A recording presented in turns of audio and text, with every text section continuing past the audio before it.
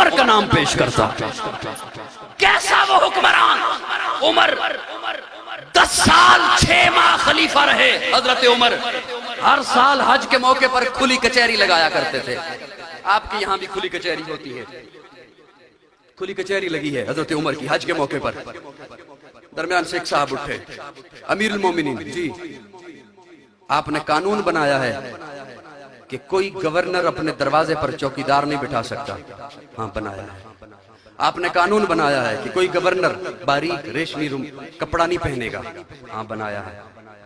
उस साहब ने कहा, मिस्र का गवर्नर अय्याज आपने उसे मुंतखब किया है, वो अपने दरवाजे पर चौकीदार भी बिठाता है और बारीक कपड़े पहनता है, रेशमी कपड़े पहनता है। हजरत उमर के चेहरे पे जलाल आया।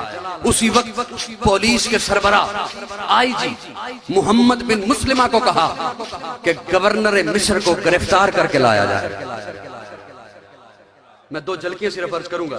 गवर्नर को, वो मोहम्मद बिन मुस्लिमा मिस्र पहुंचे, देखा चौकीदार भी है, लिबास भी ऐसा ही है, गिरफ्तार किया अय्याज को, उमर की अदालत में पहुंचे। उमर की अदालत लगी है।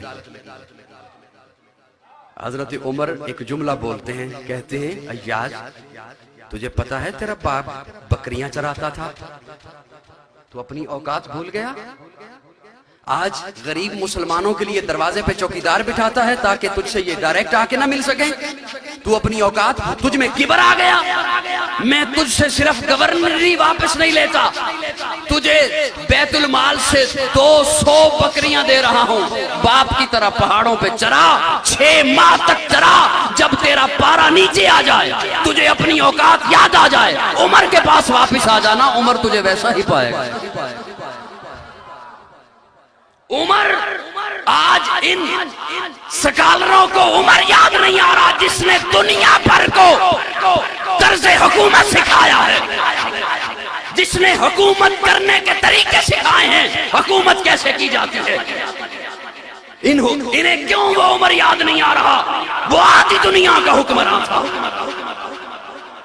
मर्दे जलाल मर्दे हुनर भेजना पड़ा, ऊंचे बदन पे ऊंचा ही सर भेजना पड़ा। सबसे बड़े नबी की हिफाजत के वास्ते फौलाद से भी सख्त बशर भेजना पड़ा।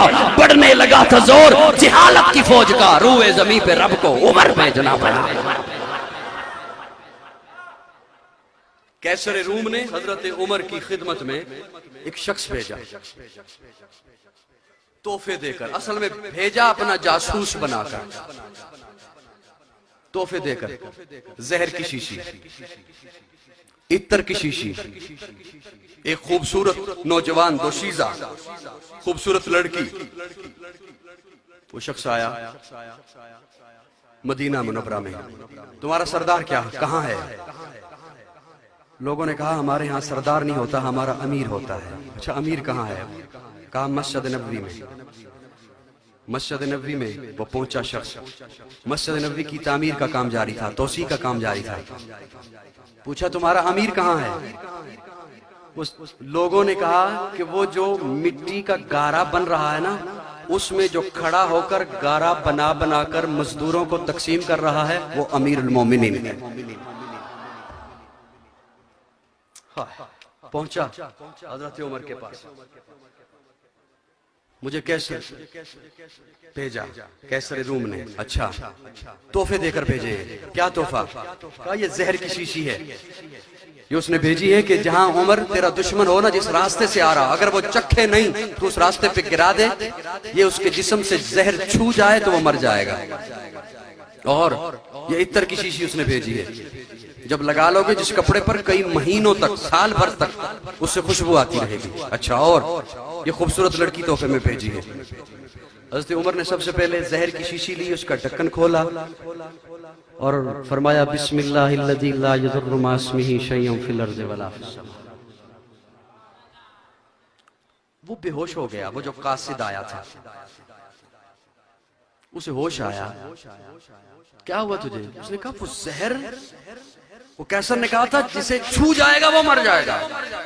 हज़रत उमर ने कहा ओ बुतों के पुजारी हो, ओ मिट्टी के पुजारियों, ओ मूर्तियों के पुजारियों, तुम्हें ये बताया गया है कि ये चीज मार देती है। मुझे मेरे प्यारे आका फरमा कर गए हैं कि रब न मारे तो कोई चीज नहीं मार सकती।